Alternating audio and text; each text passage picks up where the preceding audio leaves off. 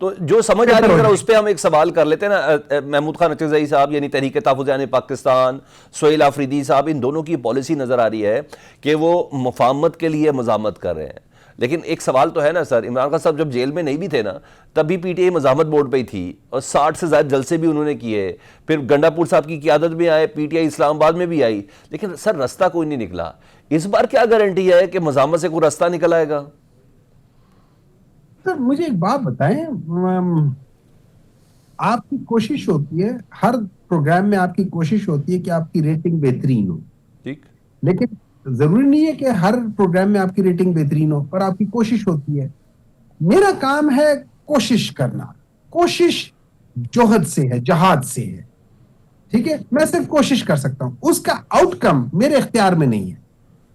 میں اس آؤٹ کم کے بغیر، مجھے نہیں ملتا کچھ نہ ملے، میں اپنی کوشش ایمانداری سے کروں گا. میں کوشش کر کس کے لے رہا ہوں؟ میں کوشش ایکچولی کر رہا ہوں پاکستان کے اندر جو سب سے بڑا پرابلم ہے وہ ہے انفیئر انٹرانسپیرنٹ الیکٹورل سسٹم. اس کو ہم نے فری ٹرانسپیرنٹ کرنا ہے، اس کے لیے ہم نے کوشش کرنی ہے. یہ دو major points of Pakistan Tehreek Insaf میں سے ایک ہے. دوسرا ہے کہ آپ مجھے کہتے ہیں ہمایوں تم چور ہو، میں کہتا ہوں یار میرے اوپر جب آپ چوری کا کہتے ہو مجھے وہ ثبوت دکھا دو. اگر اس کے لیے میں ایک جوڈیشل کمیشن کی بات کرتا ہوں، اور تو میں نے کچھ نہیں کہا نا، ٹھیک، اور میں کچھ نہیں کہا. اس میں پرابلم کیا ہے؟ سہیل آفریدی صاحب کے سندھ کے دورے سے متعلق نا آج شرجیل میمن صاحب نے پریس کانفرنس کی اور انہوں نے کہا کہ دراصل پی ٹی آئی نے سندھ حکومت سے کی گئی کمٹمنٹس کی خلاف ورزی کی ہے. انہوں نے کہا کراچی میں 9 مئی جیسا واقعہ دہرانے کی کوشش کی گئی ہے. سر اس دورے کا آغاز بہت پازیٹیو نوٹ پہ ہوا تھا، ہر جگہ پہ سہیل آفریدی اور ان کی ٹیم بڑی ستائش کر رہی تھی پیپلز پارٹی کی، سندھ حکومت کی. پھر ایسا کیا ہوا کہ پی ٹی آئی کمٹمنٹس کی خلاف ورزی کر گئی بقول شرجیل میمن صاحب؟ اس طرح ہے کہ پاکستان پیپلز پارٹی نے اپنی روایات کو برقرار رکھنے کی کوشش کرتے ہوئے پاکستان تحریک انصاف کے جو چیف منسٹر ہے ان کو ویلکم کیا، اور ہم اس کے لیے شکر گزار ہیں، ہم اس کے لیے ان کا تھینک یو کرتے. انہوں نے ان کو عزت دی as oppose to P M L N جن کی نہ اپنی عزت ہے نہ وہ کسی کو عزت دے سکتے. تو ہم ان کا شکریہ ادا کرتے. اس کے بعد پرابلم یہ ہوا جب سہیل آفریدی وہاں ایئرپورٹ پہ پہنچا تو جو ایئرپورٹ کے اندر جو رش ہوا، جو لوگوں کا رش ہوا اس کو ریسیو کرنے کے لیے، میرے خیال میں وہاں پہ تھوڑا سا ان کو دھچکا لگا. ان کا خیال تھا جیسے یہ لوگ جاتے ہوتے ہیں اور پیچھے 4-5 بندے 10 بندے ہوں گے یا 20 بندے ہوں گے، ان کا وہ غلط خیال ہو گیا. وہاں پہ تو ہزاروں لوگ تو صرف ایئرپورٹ پہ آ گئے تھے.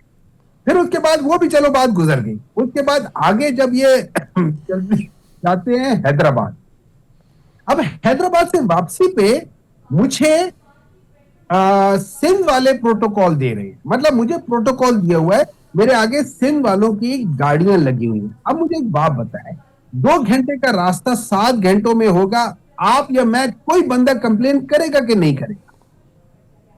ٹھیک ہے، کمپلین کیا. اب اس کمپلین کو لے کے انہوں نے، اب یہ مجھے نہیں پتا کہ انہوں نے جان بوجھ کے کیا. اچھا ان میں مختلف ورژنز ہیں، کوئی کہتے کہ جی ہم نے ان کی سیفٹی کے لیے ان کو دوسرے روٹ سے نکالا. اپنی روٹ سے نکالنے کے لیے جب آپ روٹ لگاتے ہیں اس کا مطلب یہ ہوتا ہے کہ یہ سپیڈ ہوگی. جو 3 گھنٹے کا راستہ ہے وہ 2.5 گھنٹے میں ہو جائے گا، کیونکہ آپ وہاں پہ آلریڈی روٹ لگایا ہوتا ہے تو وہاں پہ کوئی رکاوٹ نہیں ہوتی ہے. تو جو 2 گھنٹے کا راستہ ہے نارملی وہ جب 7 گھنٹے میں ہو جائے گا، اس کا مطلب یہ ہے کہ آپ نے جان بوجھ کے کوئی غلط کام کیا. اس کی ہم نے کمپلین کر دی، چلو وہ بھی گزر گیا. اس کے بعد انہوں نے ہمیں اجازت بڑی لیٹ کی. ہم نے دیکھیں، آپ مجھے کہتے ہو میں آپ کے ادھر آتا ہوں، جیسے ایک فنکشن پہ آتا ہوں، آپ کہتے ہو یار 4 بجے ہم کھانا دے دیں گے یا 2 بجے کھانا دے دیں گے، 5 بج جاتے کھانا نہیں ہوتا، تو میں ایک دفعہ کہتا ہوں یار وہ اگر کھانا نہیں دینا تو میں نے جانا، میں نے کوئی اور کام کرنا ہے. تو انہوں نے ہمیں بہت لیٹ اجازت دی کہ یار یہاں پہ جلسہ کر لو. اب اسی دن آپ یہ سمجھے 10-11 بجے جب آپ بتا رہے ہو کہ جلسہ کر لو، تو جلسے کی جو لوازمات ہوتے ہیں وہ آپ شام 5-6 بجے تک کرنا بڑا مشکل ہو جاتا ہے. وہ آپ بھی جانتے ہیں، میں بھی جانتا آپ سمجھ تھوڑی کوئی چھوٹی موٹی غلط فہمی پیدا ہو گئی ہے، یہ نہیں کوئی اتنا بڑا ڈیفرنس نہیں ہے جس کو 9 مئی کے ساتھ اٹیچ کیا جا رہا ہے یا وعدہ خلافی کے ساتھ اٹیچ کیا جا رہا ہے. اس کے بعد جب آپ نے مجھے اجازت دے دی ہے، دیکھیں سلمان صاحب، آپ مجھے اجازت دیتے کہ ہمایوں آ جاؤ ہمارے گھر آ جاؤ، ہم آپ کو وہ کر لیں. جب میں آپ کے گھر آتا ہوں آپ دروازے میرے لیے بند کر دو، یا دروازوں کے آگے آپ میرے لیے وہ بکسے رکھ دو کہ میں بکسوں کے اوپر سے یا اس کے پیچھے کھڑا رہوں یا بکسوں کے اوپر سے ٹاپ کے آؤں، جیسے کنٹینر انہوں نے کھڑے کر دیے.